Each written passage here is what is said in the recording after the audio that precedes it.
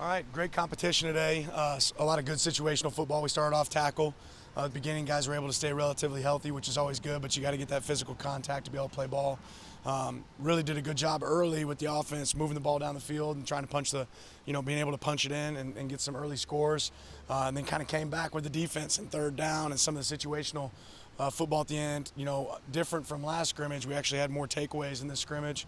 Got to do a better job of protecting the ball offensively, and then got to continue to do a good job of attacking it defensively. So can't get too excited or too upset either way there, but obviously some things to improve on. Saw a lot of young guys able to step up. I think we got a lot of good reps.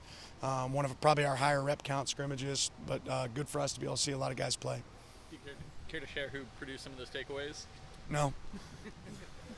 Had a lot of good guys, had good reps today. I probably couldn't name them all. I mean, there was not a considerable amount of takeaways, but there was a bunch of guys attacking the ball today, which is great to see. What did you see out of Bucky and Noah today and throughout the rest of the spring camp so far?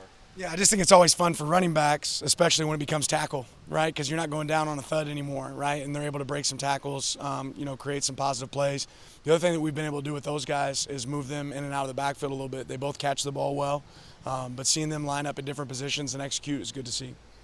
Feel like your guys have done pre-snap penalties, pre-snap mistakes. I think we can be better there. Yeah, I think we can be better there.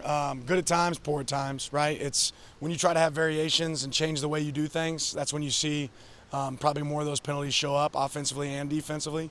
The key is that you want to have some change-ups. You want to be able to change your cadence. You want to be able to have different elements, and when you do it, you want to be able to execute at a high level. Did you get some guys on the roster today that aren't technically listed at tight end, playing some tight end? If so, how did they look out there for you?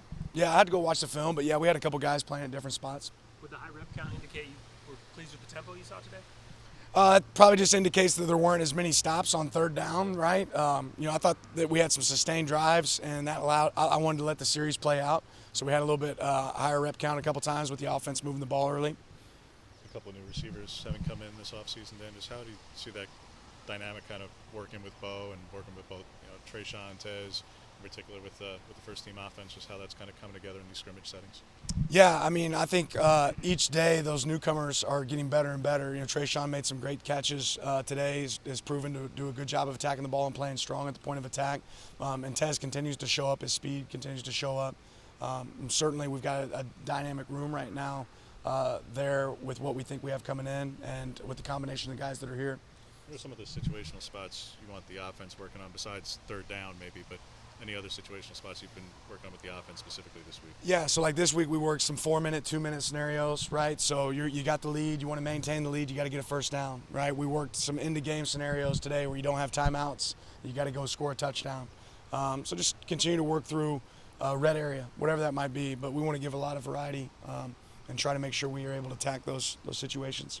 After last Saturday, you talked about seeing more consistency from your punters. You're needing to see that. How were they today and special teams as a whole? Yeah, overall, I thought we punted the ball pretty well today. Got to go back and look, to check that. But they forced some fair catches with great hang time and better ball location. I'm assuming you've probably opened up your weather app and seen that next week's supposed to be hot and sunny. How beneficial is that for you guys for the spring game with so many recruits in town and maybe more turnout from fans? It's always hot and sunny here. Just make sure they hear that. Marcus Harper able to give it a go at all tonight? No, he was not.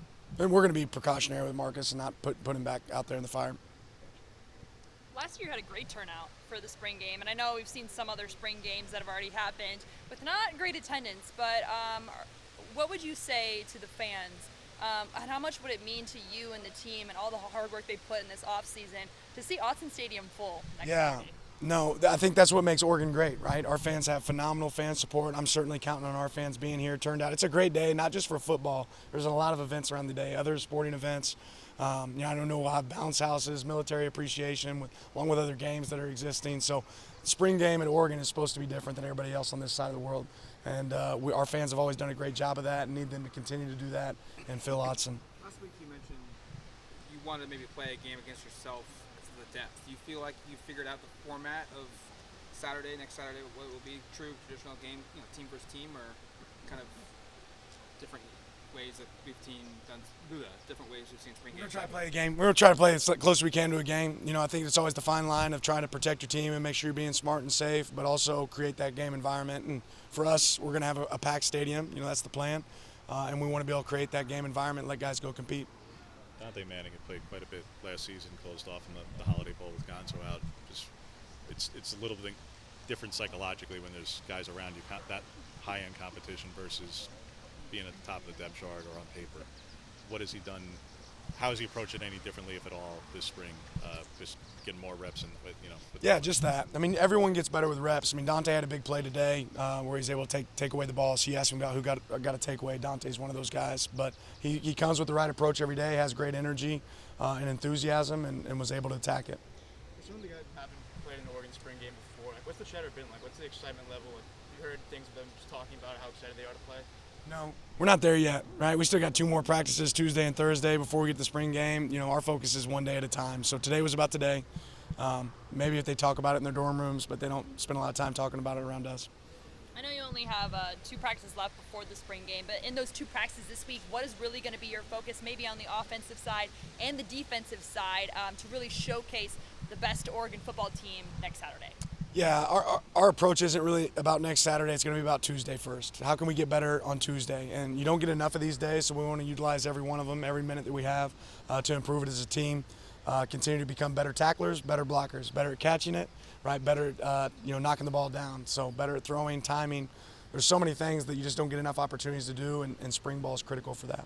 What do you think of the new clock rules that were just passed, and were you actually using them on the first downs? Yeah, we've been using them. We've been anticipating the rule change, based on what the feedback we've gotten for a little while now. That being said, I get it. It's probably going to affect the scores of games a little bit. That's something to be conscientious of. But it's not overly different until you truly get down in those 2-minute scenarios. I think teams that are way down, it's going to make it really challenging to get back in a game quick because of all the stop clocks before. The draft starting on Thursday, obviously it's going to be a big night for Christian. Walk us through just your perspective of even him, maybe even on the recruiting trail of a guy who was playing high school quarterback as a sophomore and hadn't been playing corner that long and could end up being the first corner off the board and a top 10 pick for you. Just how do you encapsulate his journey, although he was only here for a year? Yeah, sky's the limit for Christian. Whatever team gets Christians, I mean, they're hitting a home run. He's one of the best corners I've ever been around, and a